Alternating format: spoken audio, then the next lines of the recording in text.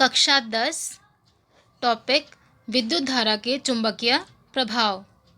चुंबक लोहयुक्त पदार्थों या वस्तुओं को अपनी ओर आकर्षित करने वाले पदार्थ को चुंबक कहते हैं। चुंबक के गुण। चुंबक के दो ध्रुव होते हैं। छड़ चुंबक के दो ध्रुव उत्तर और दक्षिण, नॉर्थ और साउथ। यदि दो छड़ चुंबकों को पास पास लाया जाए, जिसमें दोनों छड़ चुंबकों के दक्षिणी दक्षिणी या उत्तरी उत्तरी ध्रुवों को पास में लाया जाए, तो ये दोनों छड़ चुंबक एक दूसरे से दूर भागेंगे, जिसे प्रतिकर्षण कहते हैं। यदि इन दोनों छड़ चुंबकों के अलग अलग ध्रुवों को पास में लाया जाए, जैसे दक्षिण या उत्तर या फिर उत्तर या दक्षिण ध्रुवों को, तो ये दोनों चुंबक आपस में एक दूसरे को आकर्षित करेंगे, दूर नहीं भागेंगे। इसे कहेंगे आकर्षण। किसी छड़ चुंबक को यदि किसी तार या किसी डोरी की सहायता से स्वतंत्र रूप से लटकाया जाए, तो इसका उत्तरी ध्रुव सदैव उत्तर दिशा की ओर संकेत करता है। इसी के आधार पर कंपास यानी कि दिक्सूचक भी कार्य करता है। चुंबकीय क्षेत्र चुंबक के चारों ओर का वह क्षेत्र जिसमें कोई लोहयुक्त पदार्थ आने पर चुंबकीय बल का आभास करता है, वह चुंबक की ओर आकर्षित होता है, उसे चुंबकीय क्षेत्र कहते हैं। चुंबक के चारों ओर एक क्षेत्र होता है जिसमें वह किसी भी लोहयुक्त पदार्थ को अपनी ओर आकर्षित करता है। उसके बाहर अगर वो लोहयुक्त पदार्थ चला जाए तो चुंबक उसको अपनी ओर आकर्षित नहीं कर सकता। चुंबकीय क्षेत्र का ऐसा ही मात्रक टेस्ला। चुंबकीय क्षेत्र यह एक सदिश इकाई है।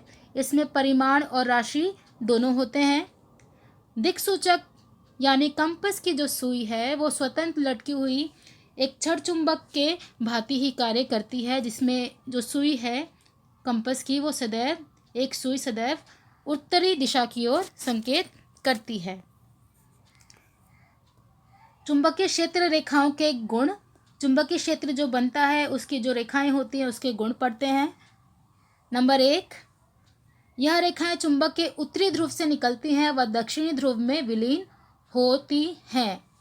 यह है उत्तरी ध्रुव, यह है दक्षिणी ध्रुव। देखिए यहाँ से जो रेखाएं निकल रही हैं चुंबकीय क्षेत्र की रेखाएं, वो उत्तर ध्रुव से निकल के दक्षिणी ध्रुव में विलीन होती हैं। नंबर 2, चुंबक के अंदर यह रेखाएं दक्षिण से उत्तर की ओर जाती हैं। चुंबक के बाहर उत्तर से दक्षिण की ओर, लेकिन चुंबक के अंदर दक्षिण से उत्तर की ओर। यह रेखाएं बंद वक्र के समान होती हैं। यह रेखाएं बंद वक्र यानी कर्व के समान होती हैं, कुछ इस तरह से।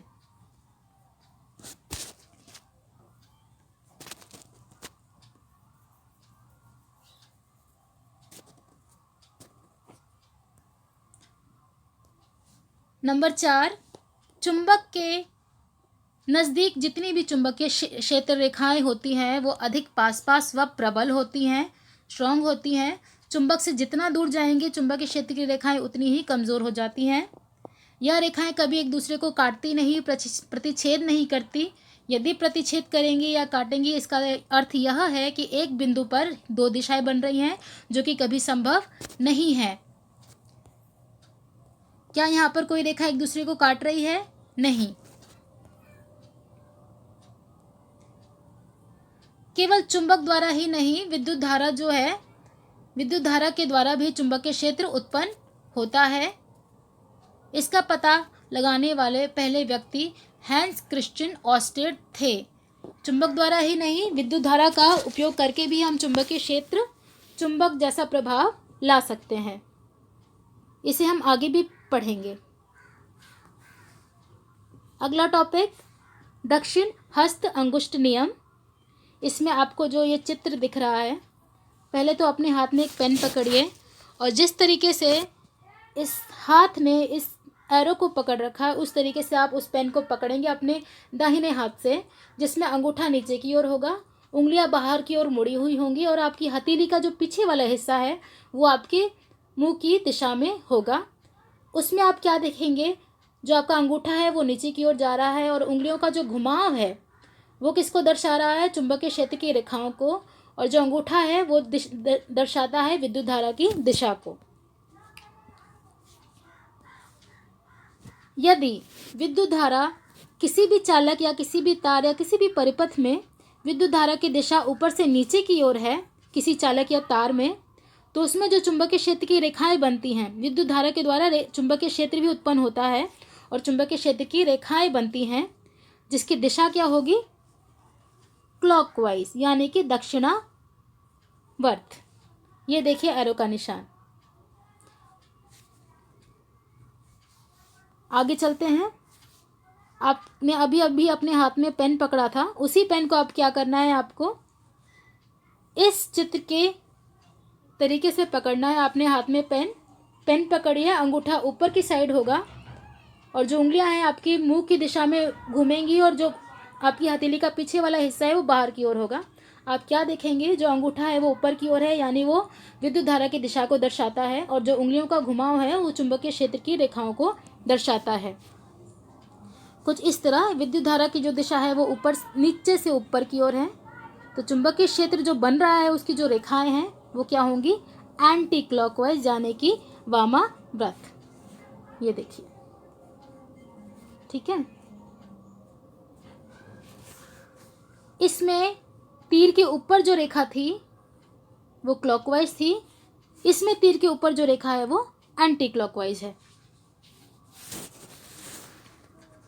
अगला पॉइंट, सीधे चालक से विद्युत धारा प्रवाहित होने के कारण चुंबकीय क्षेत्र।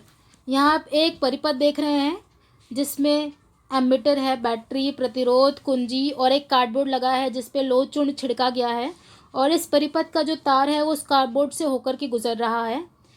इस परिपथ में जो ये तार है, ये जो चालक है जो कार्डबोर्ड से होकर गुजर रहा है, इसमें जो विद्युत धारा है कैसे प्रवाहित हो रही है? ऊपर से नीचे या नीचे से ऊपर? जी हाँ, ऊपर से नीचे की ओर।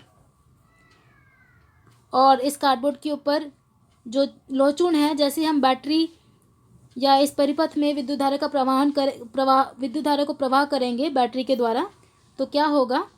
जो लोचून है वो इस तरीके से अरेंज हो जाएगा इस कार्डबोर्ड के ऊपर, क्योंकि वो जो लोचून है वो चुंबकीय प्रभाव को महसूस करता है, उसका आभास करता है। इसके पॉइंट पढ़ते हैं। चुंबकीय क्षेत्र चालक के हर बिंदु पर सकेंद्रीय वृत्तों द्वारा दर्शाया जा सकता है। इस कार्डबोर्ड पर आप छोटे छोटे गोले देख रहे हैं, वो सकेंद्रीय वृत्त है जो लोचून द्वारा बनाए गए हैं। नंबर 2, चुंबकीय क्षेत्र की दिशा दक्षिण हस्त अंगुष्ठ नियम या दिक्सूचक से भी दी जा सकती है। आपने अभी भी पढ़ा था दक्षिण हस्त अंगुष्ठ नियम, उसमें ये कहा गया है कि यदि चालक की दिशा नीचे से ऊपर है तो जो चुंबकीय क्षेत्र की रेखाएं हैं वो कैसी होंगी? क्लॉकवाइज, दक्षिणावर्त, जो कि यहाँ पर दिख रहा है आपको। नंबर 3 पॉइंट, चालक तार के नज़दीक के वृत्त यानी गोले पास पास होंगे और जैसे जैसे दूर जाता जाएगा वो गोले दूर होते जाएंगे। ठीक है। नाउ 4 और 5 पॉइंट में ये लिखा है कि जो चुंबकीय क्षेत्र है यहाँ पर इस चालक में जो चुंबकीय क्षेत्र बन रहा है इस कार्डबोर्ड के ऊपर, वो किन 2 कारकों पर निर्भर करता है? तो 2 कारक हैं। इस परिपथ में हम जितनी ज़्यादा विद्युत धारा का प्रवाह करेंगे उतने ज़्यादा चुंबकीय क्षेत्र बढ़ेगा, यानी कि जैसे जैसे हम विद्युत धारा को बढ़ाएंगे वैसे वैसे चुंबकीय क्षेत्र बढ़ेगा। नंबर 2, जैसे जैसे हम चालक से दूर जाते जाएंगे चुंबकीय क्षेत्र का प्रभाव कम होता जाएगा, यानी चालक से दूरी ज़्यादा होगी तो चुंबकीय क्षेत्र कम होता जाएगा। ये पॉइंट को हम एक लाइन से पढ़ लेते हैं, आप देखिए। चुंबकीय क्षेत्र धारा की शक्ति के समानुपाती होता है, अर्थात समानुपाती यानी कि डायरेक्टली प्रोपोर्शनल। जैसे जैसे धारा की शक्ति बढ़ेगी, विद्युत धारा जैसे जैसे बढ़ेगी, वैसे वैसे चुंबकीय क्षेत्र भी बढ़ेगा, यानी जितनी विद्युत धारा बढ़ाएंगे चुंबकीय क्षेत्र उतना बढ़ेगा। नंबर 5, चुंबकीय क्षेत्र चालक से दूरी के व्युत्क्रमानुपाती होता है, इनडायरेक्टली प्रोपोर्शनल। जैसे जैसे हम चालक से दूर जाएंगे यानी कि तार से दूर जाएंगे, वैसे वैसे क्या होगा?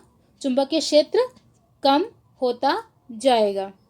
ठीक है, विद्युत धारा का चुंबकीय प्रभाव, इसमें अभी तक सिर्फ इतना ही। इसके बाद आगे पढ़ने के लिए आपको इसका भाग 2 देखना होगा। और ये जो वीडियो है आप अपने स्टूडेंट्स के साथ या अपने बाकी दोस्तों के साथ ज़रूर शेयर करें। बहुत इजी लैंग्वेज में मैंने समझाने की कोशिश की है। आई होप कि आप सबको समझ में आया होगा। और इस वीडियो को अगर आपको अच्छा लगा, आपको समझ में आया, तो लाइक और शेयर करना। And thank you so much.